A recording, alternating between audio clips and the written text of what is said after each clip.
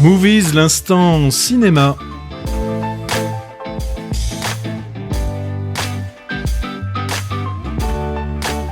Movies, une émission présentée par Hervé Brie. Bonjour. Bonjour à tous, bonjour Patrick. Servel, bien sûr, derrière les manettes et derrière le micro.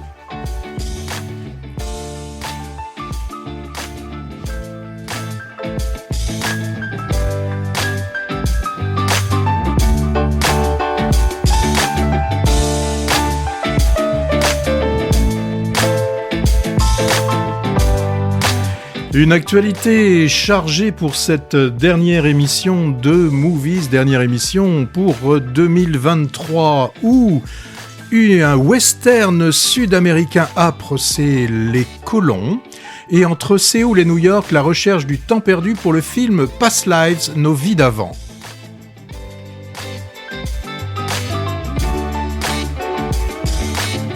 Mais si l'enfance ne rimait pas toujours avec innocence, c'est justement l'innocence dont nous parlerons. Nous parlerons également aussi de 3 fracassés de la vie qui passent Noël ensemble pour le film qui s'appelle Winter Break.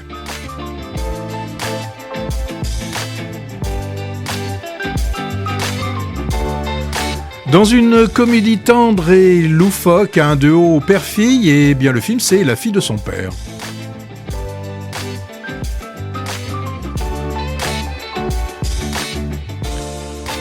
Deuxième volet, après D'Artagnan, on retrouvera Milady.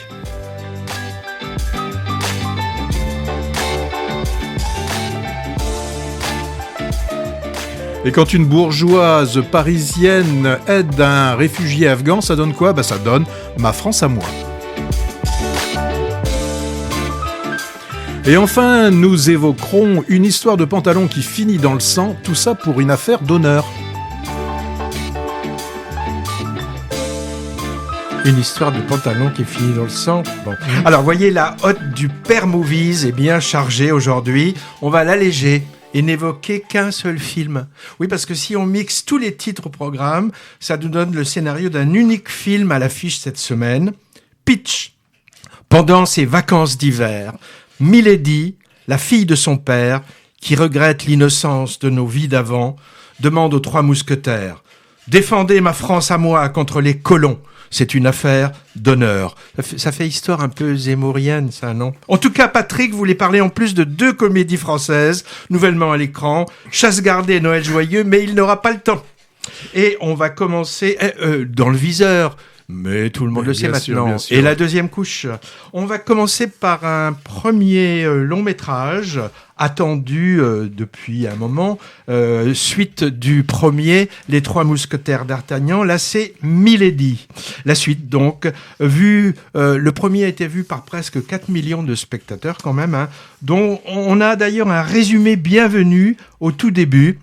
La rencontre des 4 héros, l'histoire des ferrets de la reine, l'enlèvement de Constance Bonacieux, la copine de D'Artagnan, etc. Là, l'histoire centrale concerne la menace de guerre, le siège de La Rochelle et les complots contre le roi Louis XIII que les mousquetaires devront déjouer. Patrick, on en avait discuté, tu l'as trouvé moins bon que le premier, tu t'es un peu ennuyé, tu m'as dit, et moi c'est l'inverse. J'avais par exemple trouvé D'Artagnan trop sombre au sens propre, c'est-à-dire pas assez éclairé, et ça m'avait un peu gêné pour la lisibilité de l'histoire. Là, j'ai trouvé ça plus illuminé. Oui, parce qu'entre-temps, tu t'es fait opérer de la cataracte. Non, je te jure, même le metteur en scène a dit en effet qu'il avait mis un peu plus de lumière, ça se voit. Au crédit du film, un bon cocktail de plusieurs ingrédients savamment dosés. Aventure, bien sûr, avec plusieurs intrigues imbriquées, avec Alexandre Dumas au script normal. Action, cavalcade effrénée, très belle chorégraphie de plusieurs batailles à l'épée, en particulier la dernière, là, dans les flammes, qui est impressionnante. Trahison, avec double jeu de plusieurs personnages, humour de temps en temps avec quelques répliques assez drôles. S'ajoute à ça des décors vraiment superbes, la plupart réels, de magnifiques châteaux qui font pas carton-pâte et assez peu de trucage numérique, enfin a priori, ou du moins bien fait car on les remarque peu. Et les mouvements de caméra virevoltants ou amples sont impressionnants, très bien mis au service du récit trépidant. Par exemple, un très beau long plan séquence durant l'attaque de La Rochelle. Alors, le seul ingrédient qui me semble un peu tombé à plat, c'est le côté sentimental, auquel moi j'ai pas trop cru, parce que mièvre et poussif, tant du côté d'Artagnan, François Civil, donc son histoire d'amour est gnangnan, c'est d'Artagnan, ouais, je sais. Et du côté de Athos aussi, Vincent Cassel, et même Porthos, Pio Marmaille, qui semble revenir dans le droit chemin. Il y a finalement que Aramis, Romain Duris, qui n'a pas d'affaire de cœur, je crois, dans le film. Autre bel atout du film, qui faisait défaut dans le premier, où elle n'avait que de brèves apparitions, à peine reconnaissables, c'est la présence beaucoup plus importante d'Eva Green. Bah oui, ça s'appelle Milady. Voilà, elle incarne le personnage titre. Tantôt vénéneuse, retorse, sexy ou émouvante, elle incarne cette Milady multiface avec talent. Bon, mais c'est pas nouveau, hein. C'est une grande comédienne à la carrière internationale déjà bien remplie. Est-ce que tous nos auditeurs savent que c'est la fille de Marlène Jobert ? J'en suis pas sûr. Bon, alors je le dis. Bon, alors je regrette par contre aussi la sous-utilisation de Louis Garrel en Louis XIII, qui a un jeu drôle et subtil, mais trop rare, je trouve. Dans oui, c'est vrai qu'on le voyait plus dans, il me semble, dans la première partie. Oui. Alors après la projection, c'était dans le cadre de l'Unipop de Pessac, un historien spécialisé dans la littérature du 19e et en particulier de Dumas, auteur français dont il nous a dit que c'était le plus adapté au cinéma. Il s'est montré moins enthousiaste que moi pour ce Milady, mais j'ai trouvé pour des détails un peu secondaires. En tout cas, son intervention était parsemée de plein d'extraits de diverses adaptations des Trois Mousquetaires, plus de 200 si je me souviens bien, en remontant jusqu'au muet, et c'était passionnant de voir par exemple Gene Kelly en D'Artagnan, ça valait le coup. Évidemment, le film nous indique clairement qu'on aura droit à un troisième acte, et pourquoi pas, du cinoche populaire de qualité qui remplit les salles. Que demande le peuple, Patrick ? Et que demandent les exploitants et toute l'industrie du cinéma qui en tire bénéfice ? Le réalisateur, c'est Martin Bourboulon, le même que le premier. J'avais pas réalisé. Il est également l'auteur d'un FL de 2021 avec le même Romain Duris, mais j'avais trouvé ça moyennement réussi. Un avis sur le deuxième volet des Trois Mousquetaires, Patrick ? Ça reste un bon moment de cinéma, il y a pas de problème. Comme tu l'indiques, je veux dire que le budget, il est qui est important, il est à l'écran. Voilà. Là, il y a des vues. Alors c'est censé être La Rochelle, mais bon, c'est compliqué de filmer La Rochelle maintenant. Donc là, ils ont pris la citadelle de Saint-Malo. Il y a de très belles choses dans ce film. C'est vrai qu'il y en a qui sont un petit peu en retrait. Par exemple, c'est Porthos, joué par Pio Marmaille, qui est en retrait. Aramis aussi, on s'en sert très peu, et aussi peu de Louis Garrel. D'Artagnan, je le trouve, alors c'est le rôle qu'on lui fait jouer. Bon, cette histoire d'amour, c'est un peu cucu quand même. C'est un peu cucu, mais c'est si ça veut rester fidèle au roman, voilà. Donc voilà. Donc il y a une très belle scène aussi entre Bonacieux et puis Milady à la fin du film. Une scène qui est un petit peu ratée, c'est quand Athos retrouve Milady. Là, c'est un petit peu raté. Voilà. Bon, mais vraiment, c'est un bon film. C'est un film. Ah, alors tu l'as réhabilité. Oui, je l'aurais réhabilité. Alors maintenant, on va partir en même temps à Séoul et à New York, c'est ça ? Oui. Alors moi, je trouve, si je faisais un rapport avec une machine à laver, moi je dirais que Céline Song, elle a choisi pour son scénario, pour la réalisation, le programme délicat. C'est vraiment un film délicat pour ce film qui s'appelle donc Past Lives, ou Nos vies d'avant en français. Donc il s'agit d'un film sud-coréen donc je l'ai dit, de Céline Young, qui est une jeune réalisatrice qui propose là c'est son premier film, son premier long métrage. Alors, le film est bâti sur les relations entre deux jeunes Coréens à Séoul. Donc au début du film, on a Nora et Han-sung, qui sont deux amis, ils ont tous les deux une douzaine d'années, sont deux bons élèves qui se tirent un peu la bourre pour savoir qui va être le premier de la classe.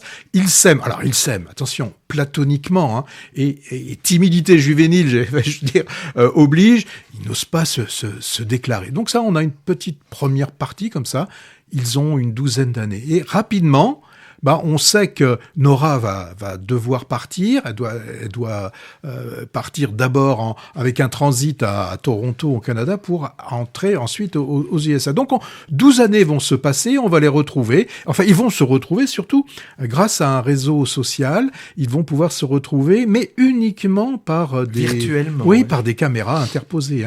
Donc, on voit bien que Nora aimerait que Han-sung vienne la rejoindre à New York, mais bon, carrière oblige, Han-sung va plutôt lui partir de son côté en Chine pour parfaire ses études.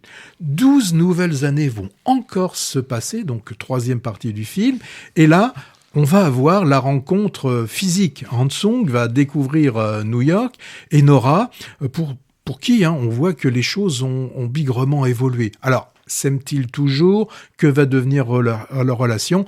C'est Past Life.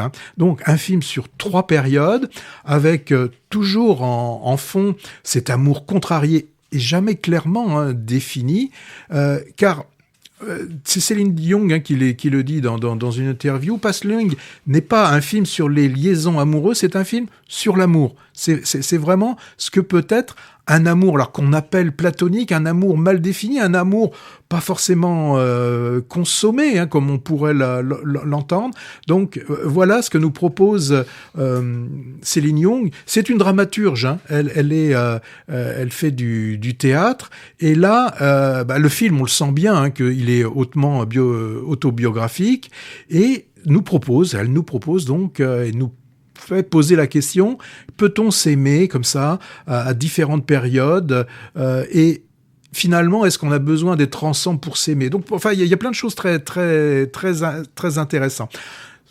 On se rend compte dans le film qu'il y en a un qui a un peu raté l'alignement des planètes, c'est Han-sung, et il y en a un qui en a profité à ce moment-là. Il a profité que Nora était plus disponible, et il va pouvoir combler un vide qu'il a laissé.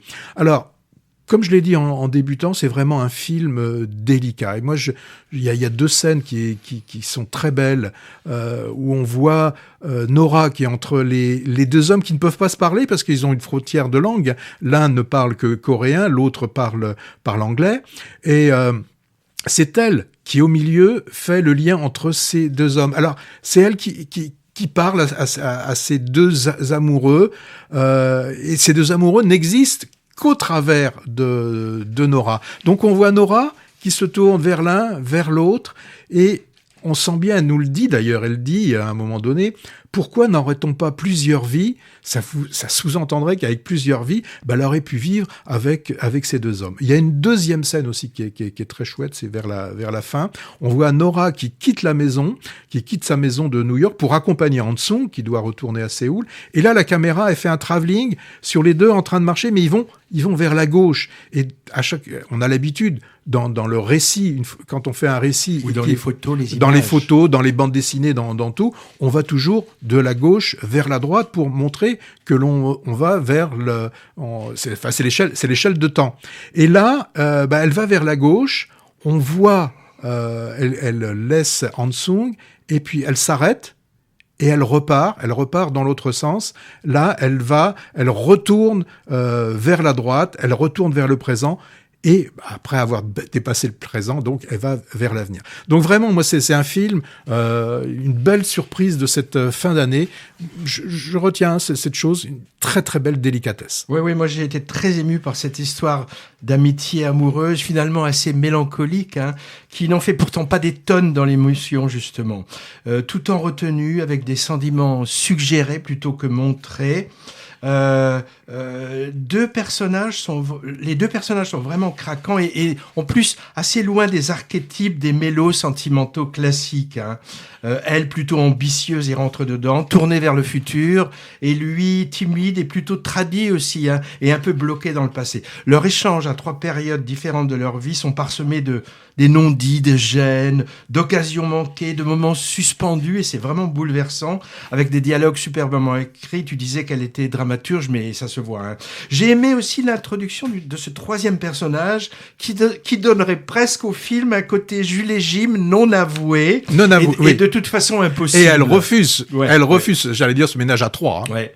Alors ce premier long métrage est à conseiller à toutes les personnes, et il y en a beaucoup, qui ont adoré La route de Madison, Le patient anglais, Out of Africa, ce genre de mélo auquel on ne résiste pas, mais là en beaucoup moins hollywoodien, en plus moderne et finalement plus subtil. Hein. Alors si on ajoute tous les publics de ces 3 références incontournables, Past Lives, nos vies d'avant devraient faire un malheur au box-office. Bon, malheureusement, je crois pas que ce soit le cas, mais j'essaie de le vendre comme ça. Hein.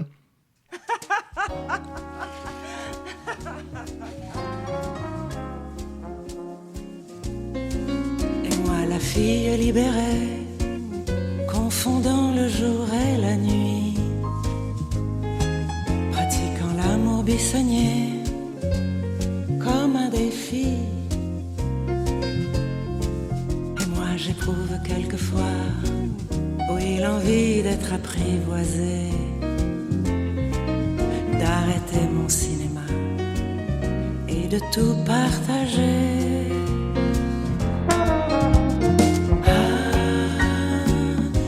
Sert de vivre libre quand on vit sans amour.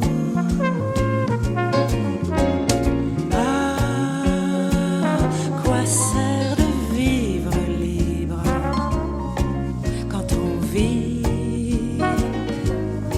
sans amour? J'ai eu des plaisirs d'occasion et des projets au singulier. Mais quand arrive l'addition, il faut payer. Et toi qui es plus fou que moi, tu m'apprends à t'attendre, à trembler de peur et de joie, en espérant ton pas.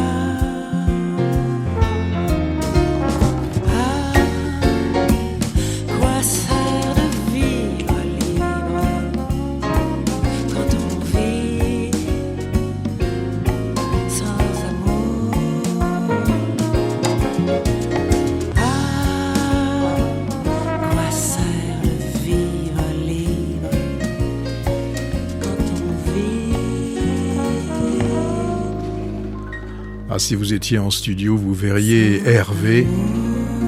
Il en rajoute parce que c'est Fanny Ardant dans 8 femmes en 2002 qui nous chante ce À quoi sert de vivre libre, tout en procédant, je me souviens, à un début d'effeuillage classe copié sur celui de Rita Hayworth dans Gilda, un des sommets kitsch du film de François Ozon. Elle était récemment dans le Fanny Ardant, elle était récemment dans le pas très bon Complètement cramé, aux côtés de John Malkovich. Elle brille dans Ma France à moi, dont on va parler tout de suite. Dont tu vas parler. Ouais. Et sa présence quand même n'arrive pas à sauver une comédie qui sort début 2024, Les Rois de la piste, avec Mathieu Kassovitz. Et elle est également du prochain Polanski à venir, Le Palace. Bref, elle tourne beaucoup, Fanny. Peut-être un peu trop, disent certains, qui pensent qu'elle devrait mieux choisir ses rôles. Mais ce sont de mauvaises langues. Bon, alors parle-nous justement de ce film qui vient de sortir ou qui va sortir, Ma France à moi. Oui, il est sorti mercredi, je crois. Alors, les scénarios, on dit les scénarios ou les scénarii, je sais jamais. On dit les scénarios. Voilà. Basés sur la rencontre et l'apprivoisement entre une carpe et un lapin, qui n'ont rien en commun, sont classiques, hein, et souvent utilisés dans les comédies, avec plus ou moins de bonheur. Dans Ma France à moi, la ficelle est utilisée, mais cette fois pour un drame, mais un drame optimiste, on peut dire, hein. Basé d'ailleurs sur une histoire réelle. Le film est en effet tiré d'un bouquin du réalisateur racontant l'histoire de sa mère avec le personnage central. Bon, les histoires vraies transposées au cinéma, On sait que c'est pas forcément gage de bon film. Hein. Là, ça nous permet de faire passer un peu tout, quoi. Quand on dit c'est une histoire vraie, donc allons-y. Oui, bon, là, sans être un chef-d'œuvre, ça se regarde. Alors, la Carpe, c'est France, bourgeoise parisienne cultivée, récemment veuve, dont le fils est parti gagner beaucoup d'argent aux États-Unis et qui s'ennuie dans son grand appartement des beaux quartiers tenu par une bonne. On comprend bien qu'elle n'est pas dans le besoin, mais elle n'est pas de droite. On le comprend bien aussi. Oui, enfin, sa droite, oui. Enfin, Après avoir entendu parler à la radio d'une association d'aide aux réfugiés, elle frappe à cette porte et se propose d'en héberger un. Ce sera notre lapin, Reza, tout jeune homme afghan rapatrié en France au retour des talibans au pouvoir dans son pays, après avoir servi de traducteur. Alors le film nous fait suivre l'évolution de leur relation. Lui, déboussolé, taiseux au début, dont on ne saura pas grand-chose du passé, qu'on imagine tragique, et elle, voulant bien faire et parfois maladroite. Moi, j'ai trouvé intéressant de montrer ce qui sous-tend parfois la main tendue humanitaire de ce personnage, qui a une vision pas forcément juste des choses et qui veut modeler la vie de son protégé comme elle l'entend, quitte à brimer ses ambitions. La principale force du film, c'est pas tant le sujet que l'interprétation des deux personnages. Je vois que Patrick hausse les sourcils. Non, tu ne m'empêcheras pas de dire que Fanny Ardant, évidemment, yeux charbonneux, allure altière, tragédienne bouleversante, avec son phrasé si particulier, la grande classe. Et le jeune homme face à lui est très bon aussi, un nouveau venu qui s'appelle David Elham. On peut signaler aussi Pierre Deladonchamp, dans le rôle du fils acceptant mal la situation et qui boit beaucoup dans le film. Hein. J'ai trouvé Ma France à moi très émouvant, porté donc par Fanny, la France en question, mais j'ai des réserves quand même. On arrive à la partie bémol. Bon, le final avec le discours lors de l'oral de Sciences Po, on peut le trouver un peu édifiant et moyennement crédible. Hein. Et puis, l'apparition du personnage Oui, mais réel. c'est d'après une histoire vraie. Oui, mais justement, l'apparition du personnage réel en conclusion m'a paru maladroite. Genre, voyez mon parcours de vie, quand on veut, on peut. Ce genre-là, un peu trivial. Avec en plus, si je me souviens bien, un mouvement de caméra un peu trop grandiloquent pour le sujet. Bon, ça gâche l'ensemble, à mon avis. Signé du réalisateur Benoît Cohen, dont c'est le 7e long métrage. Alors, c'est évidemment une ode humaniste, bien pensante, diraient les détracteurs, à l'accueil des migrants, qui ne sont pas tous des terroristes en puissance, message pas trop dans l'ère politique du moment. Une remarque, dans un style bien différent, un autre film récent nous raconte aussi le quotidien d'un personnage afghan, réfugié en Occident, mais là c'est une jeune femme aux États-Unis qui travaille dans une usine de fortune cookies. Le film en question s'appelle Fremont. T'en as parlé déjà. Oui, on en a parlé la semaine dernière. Encore visible dans quelques salles art et essai. Ça c'est pour la rubrique deuxième couche avant l'heure. Tu vas pas dire trop de mal de Ma France à moi, non? Je vais quasiment... au suivant. Non, mais je vais quasiment rien en dire parce que c'est un film où je me suis ennuyé, quoi. Elle fait le job, Fanny Ardant, mais elle n'a pas une très très grande conviction dans le film. Et puis c'est pas tellement du cinéma, quoi. Enfin, je veux dire, c'est quoi? C'est une sorte de pâtisserie un peu écœurante. Enfin, bon, moi non. Le film prend appui sur un sujet grave, mais comme on disait, ça fait pas forcément des bons films, les sujets graves d'actualité. Non, moi je préférerais, maintenant qu'on parle d'un vrai film de cinéma, c'est Winter Break. Hein. Donc là, le titre, enfin l'expression. Tout à l'heure, je vous ai parlé de délicat pour le film Past Live. Là, je dirais c'est vintage. Bon, vintage, hein, ça veut dire en même temps démodé, ça veut dire aussi un peu classique. On parle souvent de vintage quand on parle de la mode, lorsqu'on parle surtout d'une décennie précise, d'une époque particulière. Et généralement, quand on parle de vintage, on parle plutôt des années 60-70. Là, on va plutôt être dans les années 1970. Hein. Pourquoi je faisais ce préliminaire? C'est simplement pour vous dire que le dernier film d'Alan Penn, qui s'appelle Winter Break, t'as un film très vintage. Alors, Winter Break, c'est le titre du film en France, car le titre original, je vais mal le dire, mais c'est The Holdovers, qui veut dire ceux qui restent. Les retenus. Les retenus, ceux qui restent. Mais c'est aussi dans le sens un peu vestige. Ça peut être ceux qui sont restés, les personnes, ou ça peut aussi parler des ruines. On l'a traduit en français, oui. Winter Break, qui veut dire vacances d'hiver. Et oui. on aurait pu l'appeler vacances d'hiver. Alors, oui, ça aurait très bien, ou ça aurait pu être Noël à Boston. Enfin, il y aurait pu y avoir d'autres titres, mais c'est quand même assez drôle de mettre un titre anglais pour une distribution française. Bon, peu importe. Alors, simplement, donc. L'action, elle, où se passe-t-elle ? Elle se passe justement avec ceux qui restent dans ce lycée chic et classieux de la région de Boston pendant la période donc de Winter Break, et comme tu l'as dit, qu'on peut traduire par vacances de Noël. On est à quel moment ? On est en décembre 1970. Alors, 1970, les films américains de l'époque, qui se situent à cette époque et qui ont été tournés à l'époque, on pense forcément à Five Easy Pieces, Love Story, Macadam Cowboy, Harold et Maude. Et les films sur la guerre du Vietnam aussi. Oui. Alors avec une image aux couleurs un peu délavées, des changements de plan où on utilise des fondus. Donc on a fait, je dirais, une image argentique, alors que le film a été fait entièrement en numérique. C'est du fake, alors ?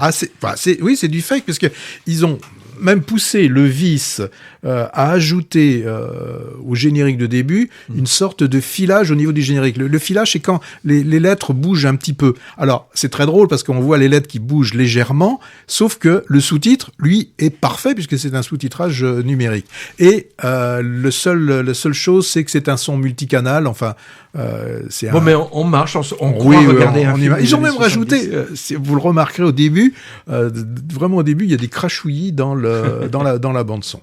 Et je terminerai côté technique en disant que c'est un format 1.66, c'est vraiment le format qui était utilisé à l'époque. Bon, on passe au côté nostalgique et donc vintage, et allons vraiment voir le film. Alors, c'est vrai que le synopsis ne nous trompe pas quand il nous dit qu'on a Monsieur Unham, qui est un professeur d'histoire ancienne dans un prestigieux lycée d'enseignement privé pour garçons de la Nouvelle-Angleterre, pédant, bourru. Bon, très sympathique.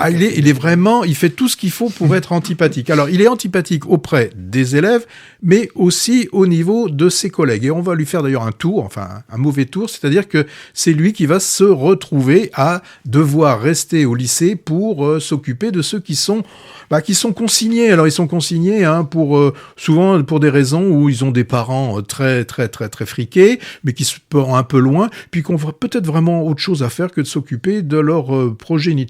Donc là, il va devoir s'occuper de, je sais plus, 1, 2, 3, 4 pensionnaires, mais rapidement, il va plus en rester qu'un. Je vous dis pas comment les 3 autres ils s'en vont, c'est assez marrant. Il va rester Angus, qui est un élève de première. Alors, un cancre. Alors, non, lui, il est pas cancre. Il fait le cancre. Oui, mais il a quand même de bons résultats.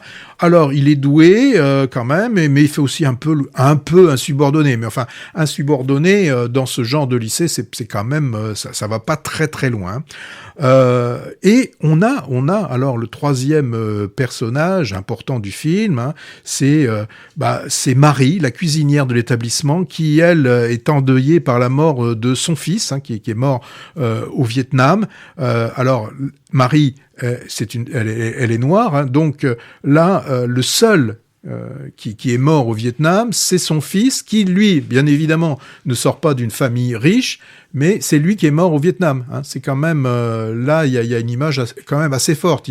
On pourrait dire, il y a tous les privilégiés qui restent là, et le fils qui, lui, n'a pas pu aller dans des universités, n'ayant pas les moyens d'aller dans des universités, donc il n'a pas de sursis et il est parti mourir au Vietnam. Donc on va avoir ce trio. Alors Bon, la trame, elle est assez classique, hein. Le bourru, là, il va se débourruiser, l'insubordonné va montrer un côté touchant, et Marie, va être un peu pendant ce moment-là, la seule femme, ça va être un peu une mère de substitution, une amie de substitution, l'amie, vous savez, des soirs tristes où on se boit un petit bourbon. On boit pas mal aussi. Alors, oui. Et elle va s'autoriser, quand même s'autoriser un pétage de plomb lors du réveillon. Elle supporte plus toute cette injustice d'avoir perdu son fils à la guerre du Vietnam. Bon, l'interprétation est au rendez-vous. À la fin du film, on saura quel est l'œil directeur de Paul Giamatti, parce que bon, il a une sorte de strabisme un petit peu bizarre. On a le jeune, alors c'est Dominique Sessa, bon, qui joue bien l'ado, et puis on a Davin Joy Randolph, celle qui joue Marie, qui complète admirablement le trio. Film touchant. On peut toujours penser qu'il y a un petit chantage au sentiment, mais bon, c'est un film de Noël, ça se termine bien, c'est le film dont on a besoin en cette fin d'année. Moi, en tout cas, pour un winter break comme ça, moi je suis partant, je saute dans mes après-ski. Ouais, émouvant et drôle en même temps, plein d'humanité. On peut appeler ça un feel-good movie finalement, ouais. mais pas du tout nunuche, et aussi avec de l'amertume derrière. Dans une ambiance neigeuse qui invite aux confidences, on va découvrir ça qui est intéressant, petit à petit les secrets, les blessures de chacun des trois personnages, auxquels on s'attache alors qu'ils sont pas forcément sympathiques a priori. C'est le premier film, moi, que je vois de ce réalisateur américain, Alexander Payne. Pourtant, j'ai regardé, j'ai découvert qu'il est assez réputé. Il a eu 3 fois l'Oscar du meilleur réalisateur des 15 dernières années. Encore un truc qui manque à ma culture cinéphilique pleine de trous. Voilà. Alors, ce film, tu disais qu'il a un fort parfum vintage, en particulier grâce aux chansons de la BO dans laquelle on va piocher pour égayer notre émission.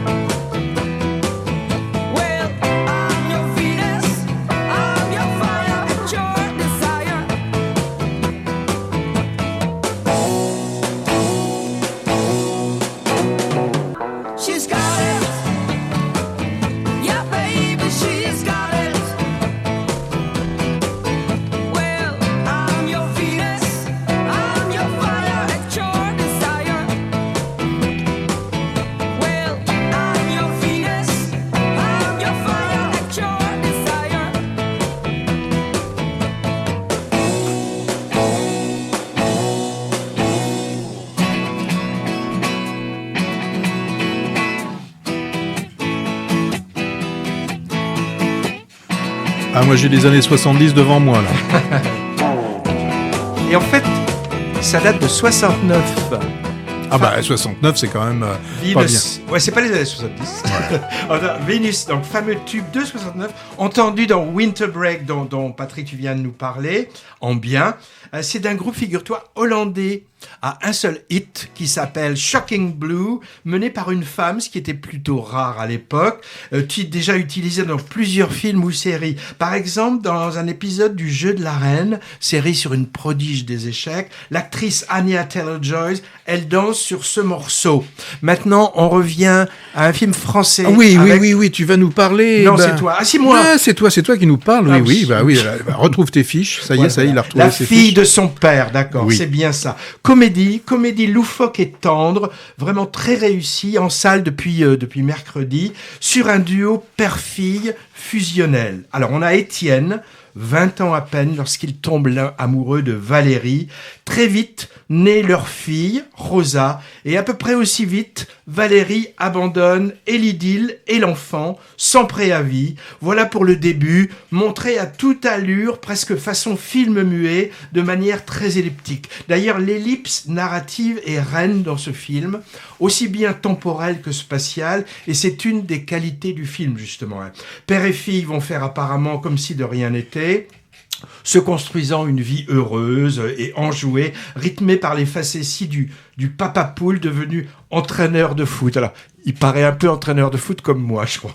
Enfin bon, mais arrivé à ses 17 ans, Rosa doit quitter le nid pour partir étudier loin, et en plus, le passé semble ressurgir. Alors tout ça est traité de manière légère, sans gravité apparente. D'ailleurs, disons que d'habitude, la famille monoparentale au cinéma, d'abord c'est souvent la mère, ce qui est statistiquement le cas, mais ça nous donne la plupart du temps des drames, comme dans le récent Rien à perdre avec Virginie Efira. Là, le réalisateur prend un peu le contre-pied. Il y a un univers, je trouve, dans ce film, un côté monde ludique et poétique que s'inventent les deux personnages et ceux qui gravitent autour d'eux, incarnés par des comédiens qui sont très expressifs, très physiques, avec beaucoup de mouvements dans les scènes. Et ce tempo, il est accéléré, il est accentué par un montage rapide et de nombreuses ellipses. Comme je l'ai dit, on a parfois l'impression de sauts spatio-temporels, car les déplacements d'un lieu à l'autre ou d'une époque à l'autre sont souvent zappés. Pour l'aspect fantaisie et pour la dynamique aussi, moi j'ai pensé au travail de Michel Gondry quand il est à son meilleur, ou j'ai pensé aussi à Caro et Jeunet parce que j'ai trouvé un petit côté Amélie Poulain. Ce que j'ai bien aimé, c'est qu'on est souvent surpris par ce qu'on entend et ce qu'on voit auquel on ne s'attend pas. On se demande comment les scènes vont évoluer et elles ne vont pas forcément du côté imaginé. Je peux citer à ce propos la scène avec Noémie Lvovsky, qui nous fait un sketch étonnant, et plein d'autres aussi. Une petite réserve. Le final au Portugal, où le côté poético-sentimental, loufoque, fonctionne moins bien. Le rythme qui faisait le sel du film se ralentit, avec en plus une conclusion pas très nette ou pas trop crédible. Bon, on va dire que la presque totalité du film est une réussite. Je remarque que souvent, je m'entends souvent dire que le final gâche un peu les films. Rarement, le final sauve le film. Je sais pas pourquoi. Les débuts sont bien travaillés et les fins passent un peu à l'as. Bon, notre Étienne, c'est Nahuel Pérez Biscayet, acteur fluet et polyglotte d'origine argentine. Et celui-là, il a dû vendre son âme au diable, parce que malgré ses 38 ans, il semble étonnamment jeunot dans tous ses films. Alors là, c'est plutôt bien vu dans La fille de son père, parce que ça accentue un peu le côté papa copain, ado, attardé. Mis sous les projecteurs en France avec 120 battements par minute et Au revoir là-haut, la même année, en 2017. Il mène depuis le début, en fait, une carrière internationale avec une filmographie déjà bien fournie. Tu te souviens, Patrick, il a empoché la salamandre du meilleur acteur pour ce film en octobre au Festival de Sarlat, et c'est vraiment mérité. Rosa, la fille, la petite, c'est Céleste Brunkel, découverte dans la série Arte En Thérapie, et vue en début d'année dans un beau film, malheureusement, Fifi, ouais. Un peu passé à l'as, c'était, tu disais Fifi, où elle était rayonnante, comme elle l'est dans La fille de son père. C'est le second long métrage d'un monsieur qui s'appelle Erwan Leduc, après un premier qui s'appelle Perdrix. Pas vu, ce à quoi je vais essayer de remédier, car le deuxième m'a emballé. Et en plus, Patrick, j'ai appris que son premier, c'était avec Fanny Ardant. Décidément, elle est partout. C'est une émission spéciale Fanny Ardant. Je vais encore me faire fâcher par mon épouse. Alors là, tu parlais d'ellipse. Il aurait pu pousser l'ellipse un peu plus loin, c'est-à-dire enchaîner directement le générique de début sur le générique de fin. On aurait gagné beaucoup de temps. Ah ouais, tu trouves? Ah oui, parce que... Ah non, moi je me suis là aussi, je me suis dit vivement la fin, vivement la fin. Oh bah là, la fin dans au Portugal. Attends, dis rien. Mais oui, la fin au Portugal, c'est... Bon. Non, alors, bon, vous aurez remarqué qu'aujourd'hui, moi, je parle des vrais films de cinéma. Il va nous parler d'un chef-d'œuvre, évidemment. Bah oui, je vais vous parler d'un... C'est l'innocence. Eh bah oui, tu vas pas me dire que c'est pas un chef-d'œuvre, celui-là. On t'écoute. Bah oui. Là, on retrouve Hirokazu Koreeda. Ah oui. Oui. Bah oui, tu connais bien Hirokazu Koreeda. Koreeda, c'est son nom, d'accord. Ah oui, c'est Koreeda, mais le prénom c'est... Ça, c'est le metteur en scène. Hirokazu, oui. Eh bien, c'est un habitué, lui, des festivals de cinéma, que ce soit à Venise, San Sébastien et bien sûr Cannes, où il a présenté un grand nombre de films, quasiment tous les ans, il nous présente quelque chose. Alors, il peut présenter des films, mais surtout aussi des récompenses, parce que pour Tel Père, Tel Fils, c'était le prix du jury en 2013. Il a aussi eu la Palme d'Or en 2018 pour Une affaire de famille. Et même pour l'avant-dernier film, les Bonnes Étoiles, c'était un prix d'interprétation qui avait été décerné à son film. Alors, 2023, le film s'appelle Monster. En tout cas, c'est comme ça qu'ils nous ont proposé à Cannes, où on l'a pu le voir, Hervé et moi. Et là, il va obtenir le prix du scénario. Bon, alors, le film sort le 27 décembre, et là il a changé de titre, il ne s'appelle plus Monster, mais pour la France, c'est devenu L'Innocence. Alors, peut-être un point de vue marketing, Monster, ça pouvait faire peur. Ça existe déjà, j'ai regardé, il y a déjà des films qui s'appellent Monster. Oui, mais peut-être aussi, moi je dis qu'il doit y avoir un effet marketing, ils ont peut-être pu... avoir peur d'avoir un titre qui s'appelle entre le Monster. L'Innocence et Monster, ça change le sens. Alors que Monster, quand on voit le film, c'est que des fois on parle d'enfants, on dit ce gamin, putain, c'est un petit monstre, et il n'y a pas ce côté vraiment freak. Ça n'allait pas Monster non plus. Oui. Et donc là, on a l'innocence. Alors, un peu comme l'innocence de ces chères têtes blondes, même si là, dans le film, venant d'Asie, elles sont pas très blondes. Alors, le principe du film, c'est la même histoire, en fait, avec 3 visions différentes. C'est le point de départ du film. On a ce jeune garçon, Minato. Sa mère trouve que son comportement vraiment devient assez préoccupant. Alors, la mère, là aussi, on se retrouve dans une famille monoparentale. Elle va interroger un peu l'équipe éducative pour savoir ce qui se passe. Et là, en tout cas, c'est la première vision que l'on a. On pense que le professeur de Minato est responsable des problèmes que rencontre le jeune garçon. On pense forcément à une sorte de maltraitance, de harcèlement et de choses comme ça. Alors, si le film L'Innocence a eu un prix, c'est bien pour son scénario, avec une sorte d'intrigue à tiroir. Dans ces 20 premières minutes, on se fait sa propre histoire. On a déjà fait un jugement par rapport à ce qui se passe, et donc on pense que ce professeur a quelque chose qui tourne par rond. Mais on va avoir justement une seconde vision. Et cette seconde vision va nous faire complètement, c'est le cas de le dire, complètement changer la vision que l'on peut avoir de cette histoire. Et comme si ça ne suffisait pas, on va avoir droit à une troisième, où là, ce sera plutôt la vision de l'enfance. Donc, le réalisateur, il s'amuse à nous perdre. Et donc, nous, spectateurs, il faut vraiment se méfier de la première impression. Et la première impression n'est pas forcément la bonne. Alors, ce qu'il y a dans ce film, les thèmes qui sont sont abordés, ces 3 visions nous permettent d'avoir une vision de la famille, ce que peut donner l'absence d'un parent, le questionnement sur l'identité, et surtout quand on est à ces âges de transition, ce passage de l'enfance à celui de l'adolescence, avec tout son lot d'interrogations sur son corps, sur sa relation à l'autre, le thème du genre, la découverte de la sensualité, voire de la sexualité, questionnement vraiment sous-jacent et sans être explicitement évoqué de l'homosexualité, qui fait encore... dans des pays comme le Japon, ce sont des sujets qui sont beaucoup plus touchy. Bon, le film dure 2 heures. Au bout d'1 heure, vous allez peut-être vous sentir un petit peu perdu. Vous aurez une seconde heure pour tout comprendre. On a Donc dans ce film, tout le monde le dit, c'est ce qu'on appelle l'effet Rashomon. Alors Rashomon, c'est un concept qui vous... c'est un film de Kurosawa. Oui, qui désigne un même événement peut être interprété différemment selon les individus qui vont vous expliquer. Vécu, donc c'était un film de 1950 d'Akira Kurosawa. Et dans le film, c'était un meurtre qui était décrit par 4 témoins qui donnaient chacun leur vision. Donc moi, le film, on l'a vu déjà il y a 6 mois. Il reste vraiment gravé dans mes mémoires. Et là, ce qui est sûr, c'est que je vais retourner le voir parce que vraiment, il fait partie d'un des films préférés, mes films préférés. Il sera dans ton best-of de la prochaine séance. Il y a de fortes chances qu'il y soit, mais je peux te le dire déjà, il y est. Bon. Non, mais vraiment, c'est un film. J'ai besoin de le revoir. Là, je me rends compte que j'ai dû certainement oublier quelque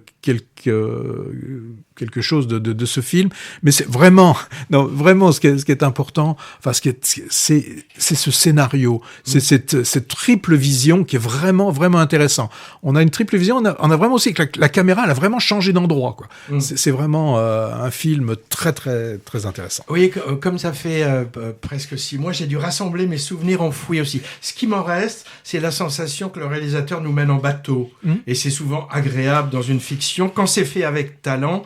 Et c'est le cas ici. Il y a un côté chacun sa vérité qui est vraiment intéressant.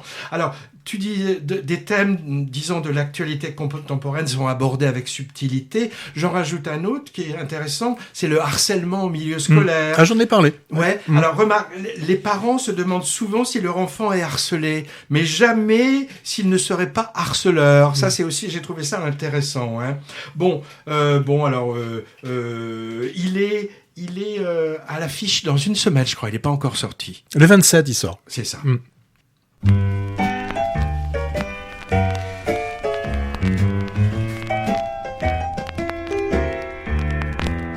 On se reverra.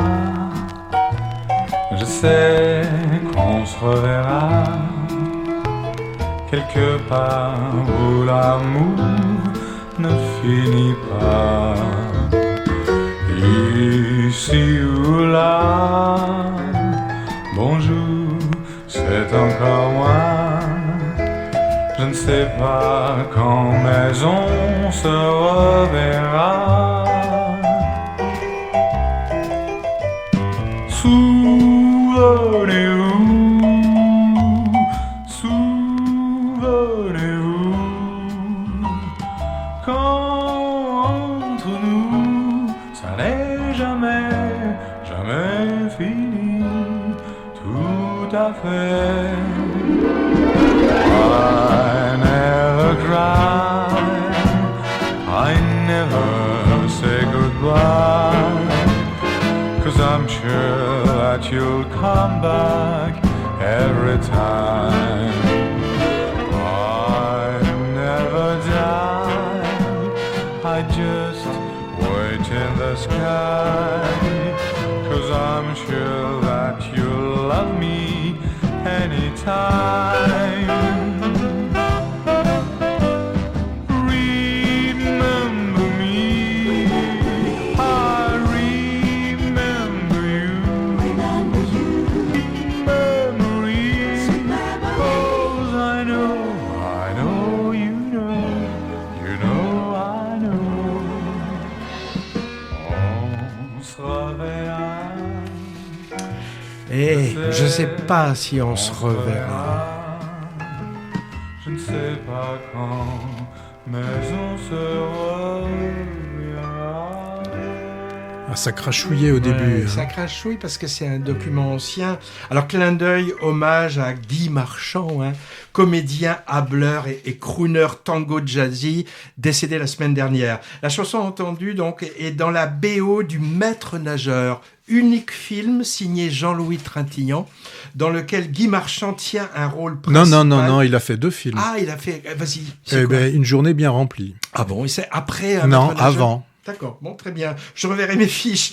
Bon, il avait le rôle principal dans Le Maître Léonard Guy Marchand et ça a été rare dans sa carrière au grand écran. Il a par contre interprété beaucoup de seconds rôles assez marquants pour un grand nombre de cinéastes français, de Truffaut à Costa Gavras en passant par Claude Miller dans Garde à vue, Tavernier, Coup de torchon, Diane Curis, un autre coup de foudre, ou Christophe Honoré dans Paris de 2006, un de ses derniers rôles où il était très émouvant en père de Romain Duris et Louis Garrel. Il est aussi apparu dans pas mal de panouilles, style Les Soudoués en vacances ou Ma femme s'appelle Maurice. Bon, on lui pardonne, ça devrait être pour faire... il avait une capacité bouillir la marmite. Hein. Non, mais il avait aussi une capacité à jouer des rôles de salauds, des cons, des cocus, vraiment... Ou les dragueurs un peu lourds, ouais. Grand succès populaire, en tout cas sur le petit écran. Par exemple, en Nestor Burma, flic un peu anard, 10 années durant.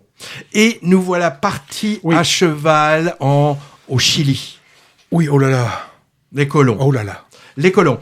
Los Colonos en VO, western, mais western sud-américain, assez âpre, on va dire, basé sur une réalité historique moins connue de nous que celle de la conquête de l'Ouest nord-américaine, mais tout aussi cruelle. Alors, dès le début, avec une scène assez choc, on comprend qu'on ne sera pas dans un territoire où règne la morale et le droit.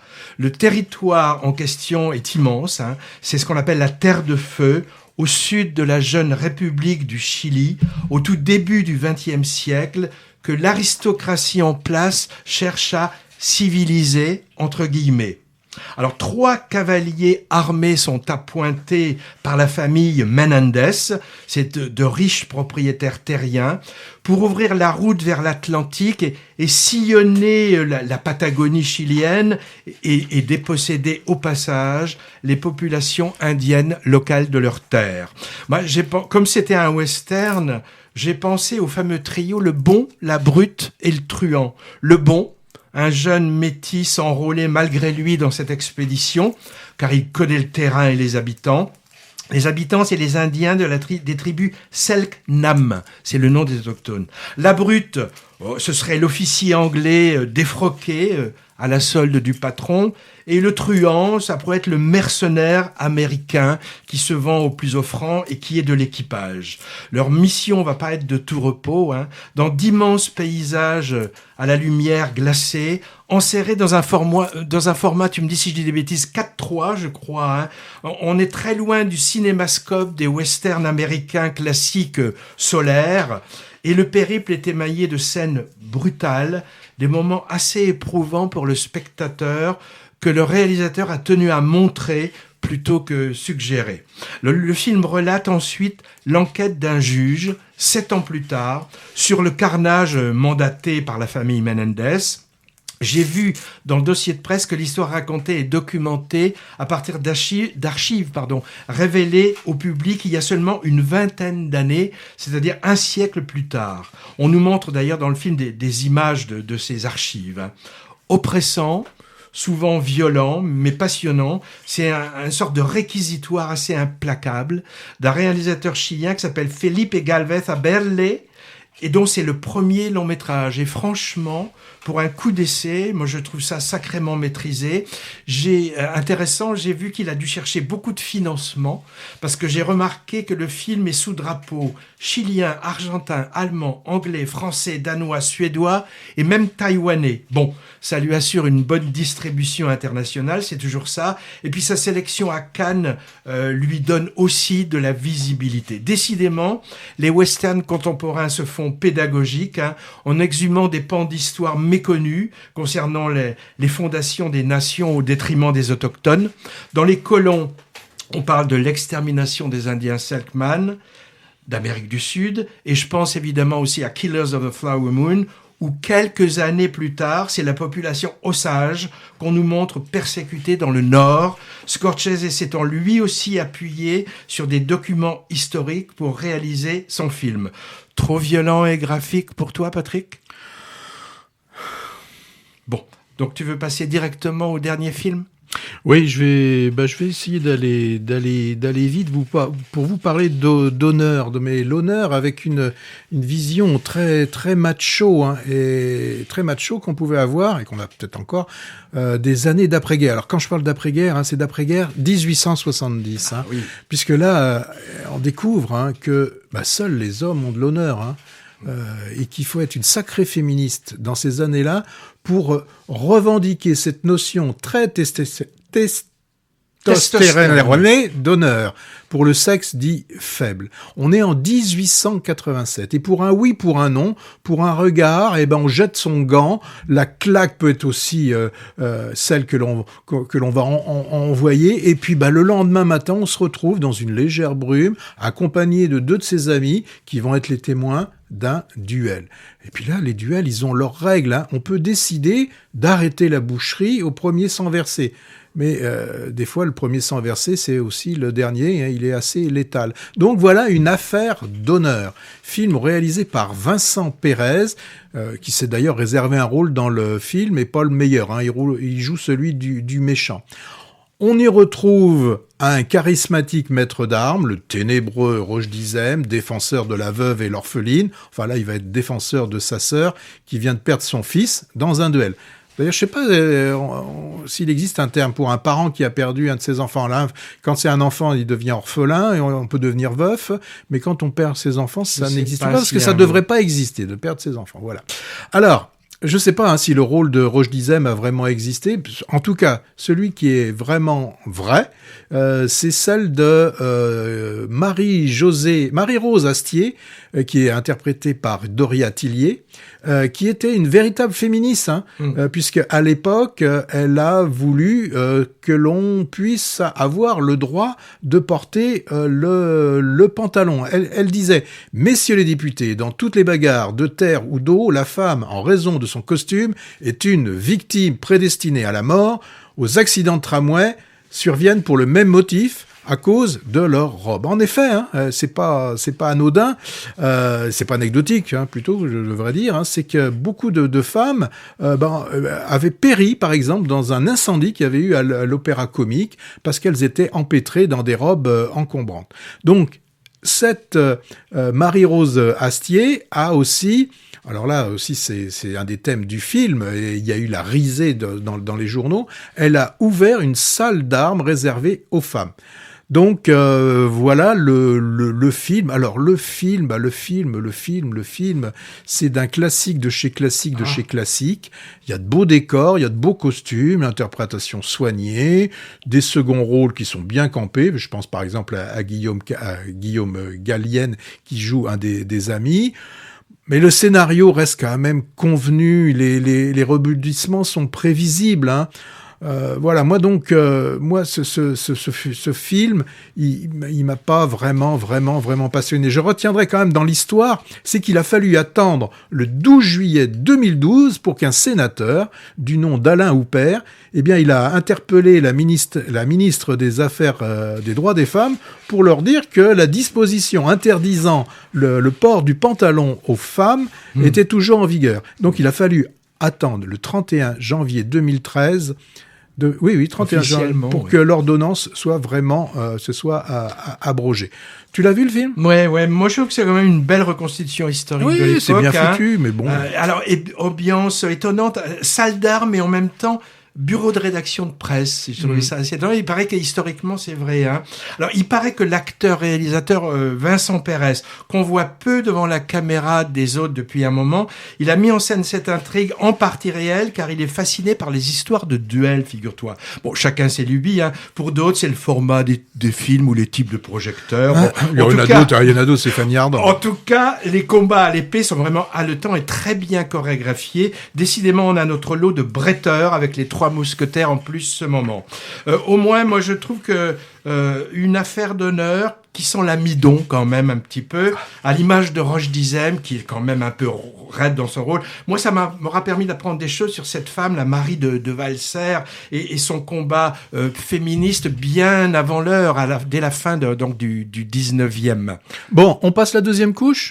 Alors en vitesse, puisqu'on n'a pas beaucoup de temps. Oui, alors moi Vas-y, parle des films que tu as bien aimés. Moi j'ai bien aimé Bâtiment 5, hein, ça c'est vraiment un film important. Qu'est-ce qui me reste? Je ne suis pas un héros. Il est encore à l'affiche. Oui, mais celui-là, je n'en avais pas forcément dit du bien. Donc toi, peut-être t'avais aimé. Moi, Mars Express. Oui, Mars Express. On n'a pas le temps de trop rappeler, mais c'est des bons films tout ça. Perfect Days. Le vieux Sean, il est encore à l'affiche, mais c'est à peu près les seuls quand je regarde. Si, moi j'ai vu franchement Sam comme Sylvain, Ricardo et la peinture, Old Oak, l'Abbé Pierre, tout ça, on peut encore les trouver. Et également Sea Sparkle. Alors, dans le viseur, je retiendrai peut-être Lambert Wilson en paysan dans 5 hectares. Peut-être une biographie du peintre norvégien Munch. Et l'incroyable Noël de Sean de Mouton. J'en ai pas parlé, moi je l'ai vu, mais c'est vraiment rigolo d'y emmener les enfants. Hein. Et puis, j'ai trouvé que Dream Scenario, c'est avec Nicolas Cage. Donc, ça a l'air rigolo. Et un film d'horreur, Vermine. Ça a l'air super. Bon, alors maintenant, on vous souhaite de passer de bonnes fêtes. À bientôt.